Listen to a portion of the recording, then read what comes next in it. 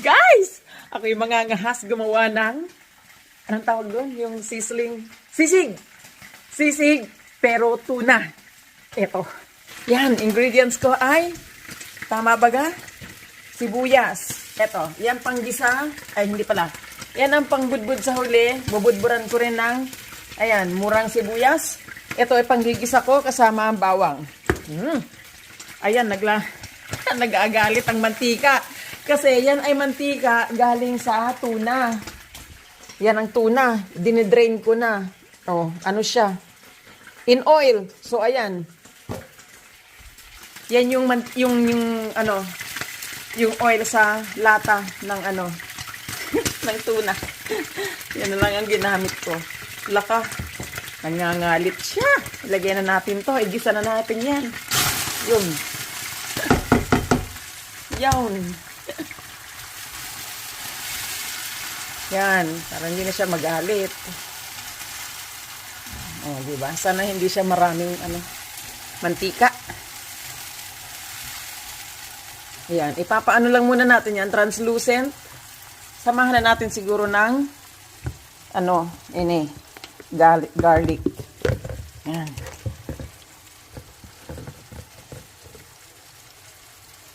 Yan. Ginagarlican baga. Alam ko kasi pa nagigisa, may garlic. Ayan, gisa-gisa. Yan, sa nakita kong video sa YouTube, ay ganyan lang siya, gisa-gisa. Tapos, inilagay na yung tuna, hanggang sa magtusta ng konti.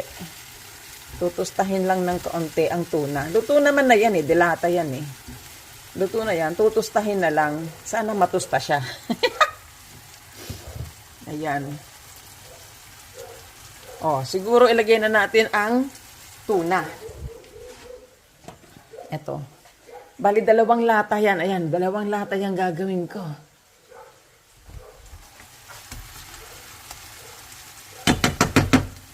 Ako, first time gumawa, 2 lata agad.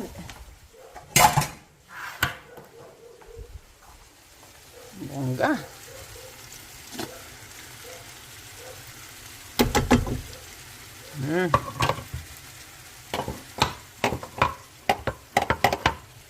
Kunin natin lahat, sayang.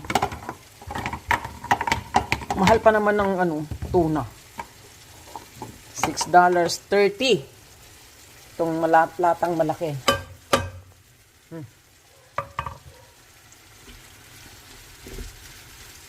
Yan, didurugin lang natin yan. Parang maliit ang aking kawali. Dudurugin. Siguro ilipat ko sa malaking burner para talagang siya ay siya ay mainit. Malakas ang apoy. Lipat natin dito. Yan. Better.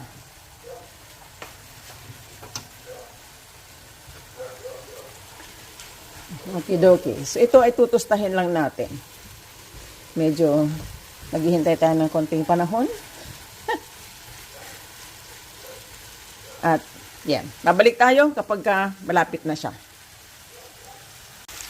Ayan na, pumuputok-putok na. Ayan, tusta na. Tusta na. Tusta na siya. Patutuyuin pa natin siya ng, ayan, tostado. Yan, lagyan na siguro natin ng pepper and salt. Pepper.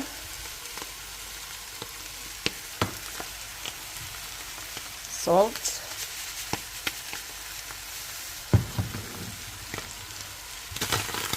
Yan.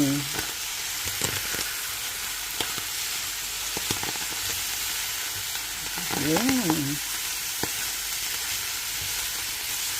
Madali lang siya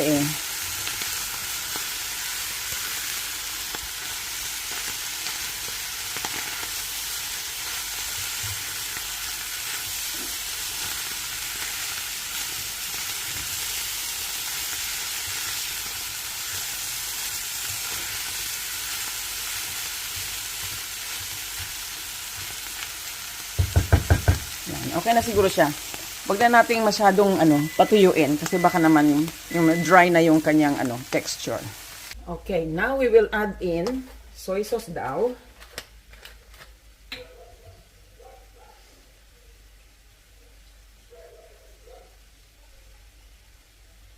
Kunti lang, soy sauce. Tsaka, ito, yung seasoning. Yan. Okay, seasoning. Parang ay lumabas. Patak-patak. Okay. Haluin natin. Ayan, nagtutunga siya.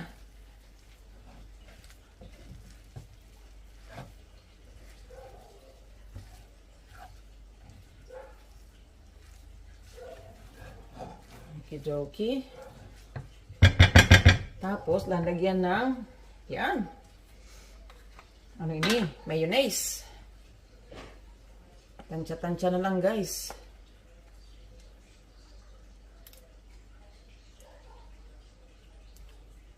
Ito yata ang nagpapa-creamy. Yan. Yan muna.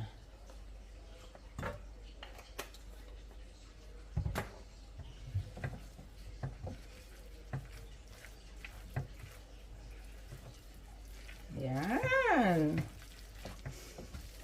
Ano kaya ang kalalabasan nito? Ako hindi pa nakakatikim ng sisig. Kasi normally, ang sisig ay maanghang. Kaya, hindi ako interesado. Pero kung ako magluluto, pwede ko naman hindi anghangan, di ba?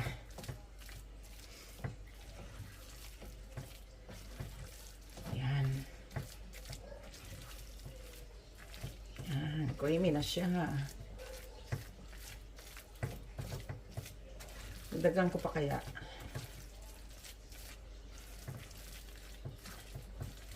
Tikman muna natin.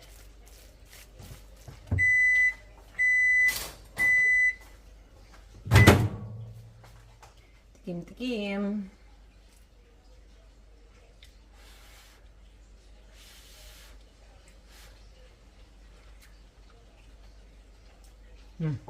Bale. Dagdagan natin.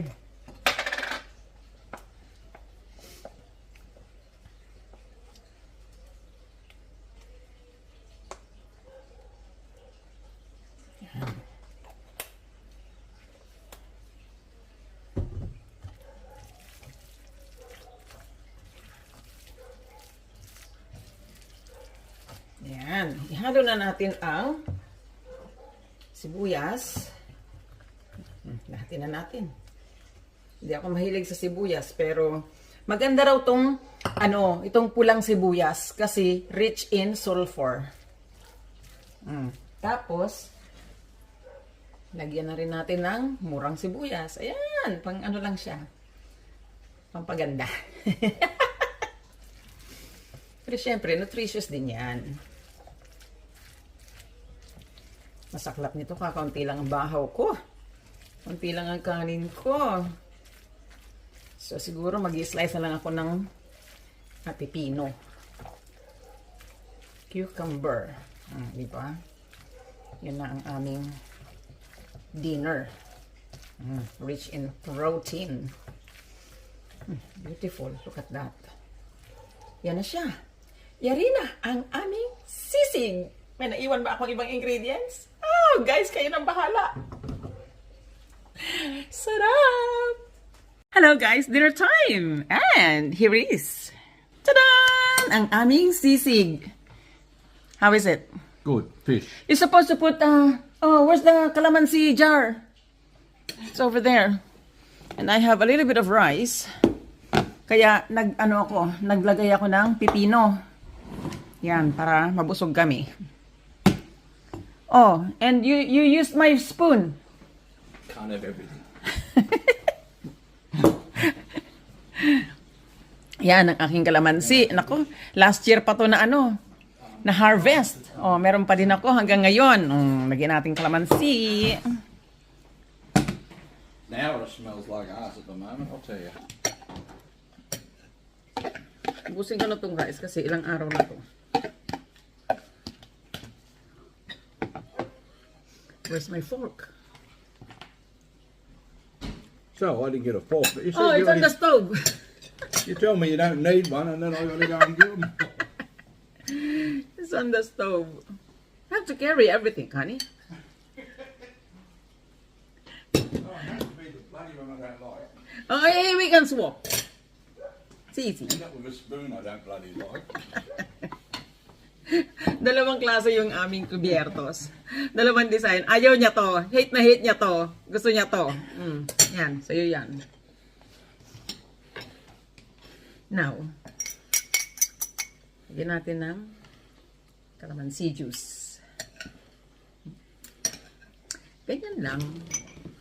Ganyan-ganyan lang tayo. Ako, first time to eat sisig. Yan. I don't know if that's going to be good, but yeah, calamansi on this.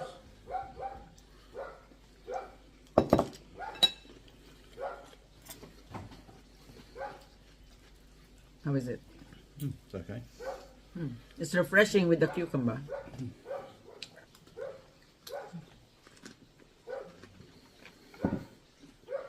Not too bad.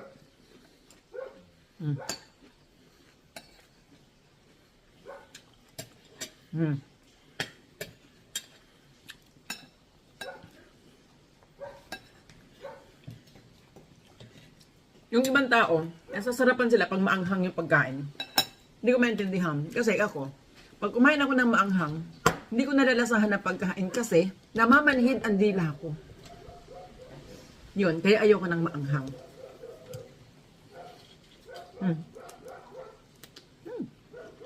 Beautiful. Let me try it with ano yun eh? Cucumber.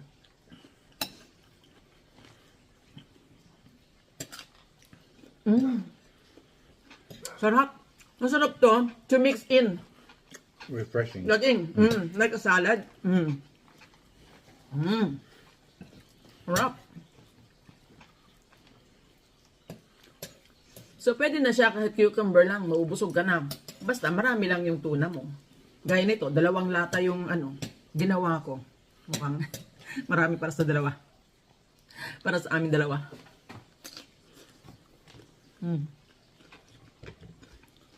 Kasi para nauuntian naman ako dun sa 1 lata lang.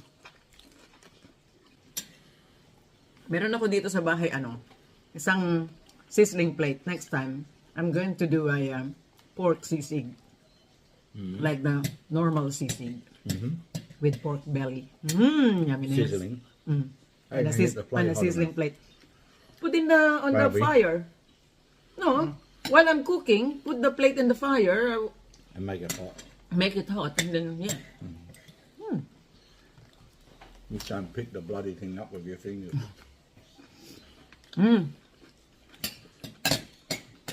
Ang sarap, guys. Sisig. Tuna. Tuna sisig.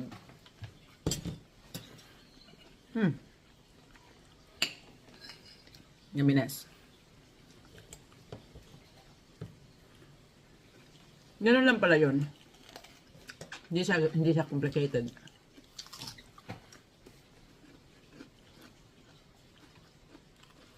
Mabubusog ka na kahit ano lang. Tuna at saka to. Walang rice. Maybe with this is nice with Lettuce. yes, lettuce. Lettuce kasi parang ganito rin yan, fresh.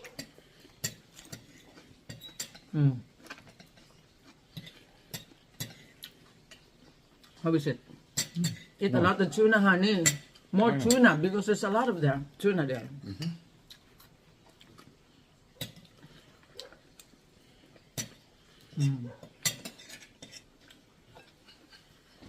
Rich in protein. Tuna protein.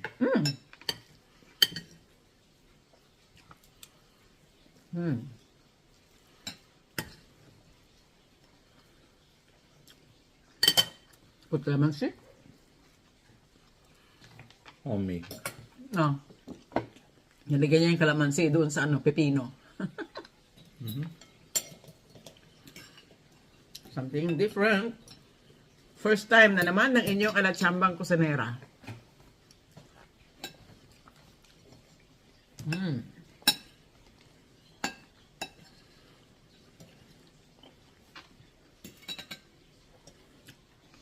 Alam ko, maganda siya sinaserve sa sizzling plate. Kaya lang, pwede rin naman ng ganda lang. Pang ano lang naman yun, aesthetic.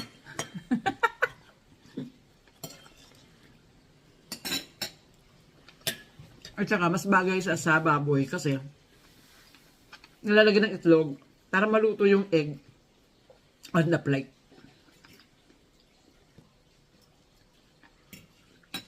Sarap.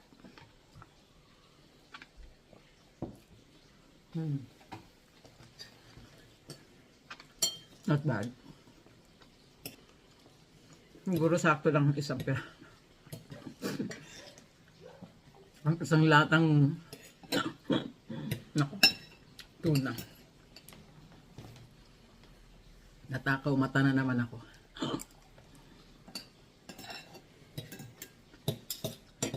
But you can have the leftover tomorrow. Maybe with lettuce. And anyway, even dinner, we can have it for dinner. Dinner again tomorrow night. So it's either lunch namin yan tomorrow or dinner.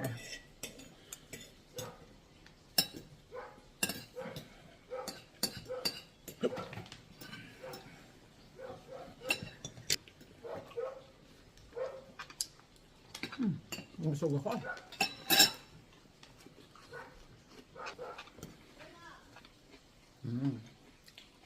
So there you go, guys. Simple lang siya. Igisa-gisa nyo lang.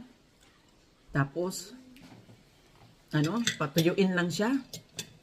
Dinanggal ko yung sabaw. Tapos, para hindi siya matagal sa pan, pagpapatuyo. So, tinanggalan ko na siya ng sabaw. Tapos, pinatayang apoy. Tapos, saka ko naman nilagay yung fresh na sibuyas ulit. At saka yung murang sibuyas. Tapos, yung mayonnaise. Yan. At saka yung toyo. At saka, seasoning. Liquid seasoning. Busog na ako. Kabagay, may kanin ako, kaya nabusog ako.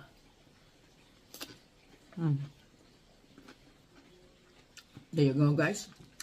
Try it. It's very nutritious. And, low carb. Diba? Basta walang rice. Sa akin, medyo may carb kasi may rice. So, thank you for watching and see you next time. Bye, God bless.